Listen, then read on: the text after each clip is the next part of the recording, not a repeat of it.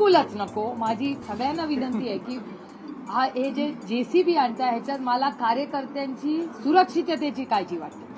आणि हे नवीन जर कल्चर आज येत आहे, फुलं, उत्साह, गुलाल हा साहजिक आहे, तो म्हणजे तुमचा अधिकार आहे. पण मला असं वाटतं हा JCBचा जो नवीन कार्यक्रम आपण करतोय तो थोडा म्हणजे आपल्याला नकोच अशी विनंती करीन. आणि हा जो निधी सगळा आहे, जो आपल्याला उत्साह आहे, तो टँकर, चारा छावण्या आणि चारा डेपोमध्ये पक्षाने खर्च करावा अशी माझी उत्सुक कार्यकर्त्यामध्ये, मला तुम्हाला दुखवायचं नाहीये, पण अतिशय प्रांजळपणे मी तुम्हाला विनंती करते की आपण सगळ्यांनी आजपासूनच दुष्काळी परिस्थितीत अडचणीत असलेल्या आपल्या शेतकऱ्यांच्या बरोबर उभं राहायला.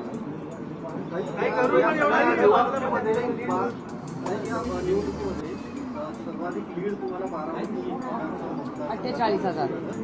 कुठेतरी या सगळ्या निवडणुकीत प्रचारादरम्यान अजितदादांनी जो विकासाचा मुद्दा पुढे केला होता तो बारामतीकरांनी नाकारलाय का? मला असं वाटतं कोणीच काही नाकारत नाही. आणि मला असं वाटतं की जेव्हा आपण एखादं इलेक्शन लढतो ते कुठल्या व्यक्तीच्या विरोधात मी तरी लढत नाही. माझ्यासाठी ती वैचारिक लढाई होती, जे मी सातत्याने माझ्या कॅम्पेनमध्ये म्हणलं. आजही माझं तेच मत आहे.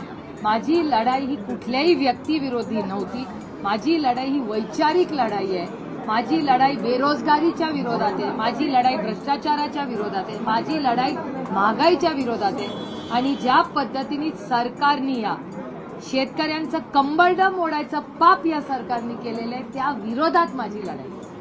मधल्या काळात बरेच सहकारी सोडून गेले, त्यांनी वेगळा निर्णय घेतला. आता या निर्णयानंतर किती लोक परत येतील असं वाटतं? मला असं वाटतं प्रत्येक ही लोकशाही आहे, प्रत्येकाला आपला निर्णय घ्यायचा अधिकार आहे. आणि एखाद्याने निर्णय घेतला असेल तर आपण त्याला शुभेच्छा द्याव्या.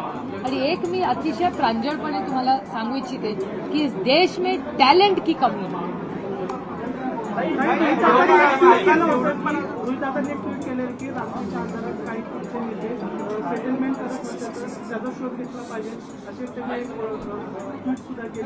आता म्हणजे परवा रात्री रिझल्ट लागला. काल आम्ही इंडियाच्या मीटिंगमध्ये होतो. आज मी पहिल्यांदाच मतदारसंघात येते रिझल्ट लागल्यानंतर. आणि त्याच्यानंतर आता बूथ वाईज काय मतदान झाले त्याच्यासाठी तातडीने उद्या परवा पक्ष बसणार आहे. त्यानंतर 9 तारखेची मीटिंग आहे, 10 तारखेची मीटिंग आहे. माझा आज दुपारून आणि उद्या दिवसभर दुष्काळाचा दौरा आहे. मला असं वाटतं की एक गोष्ट आम्ही मान्य केली पाहिजे की जो मॅजिक नंबर आहे तो आमच्याकडे नाही. त्याच्यामुळे वेट अँड वॉचची भूमिका, कारण आम्हाला कुठलाही घाईघाईने कुठलाही निर्णय घ्यायचा नाहीये. लोकांनी अर्थातच यावेळीच आम्हाला दुःख माफ दिलाय, हो दिलाय. आणि त्याच्यामुळे त्यांनी जी आम्हाला संधी दिली आहे त्याबद्दल मी तमाम भारतातल्या सगळ्या लोकांनी जो विश्वास इंडियाबद्दल दाखवला त्याबद्दल त्यांचे मनपूर्वक आभार मानतो.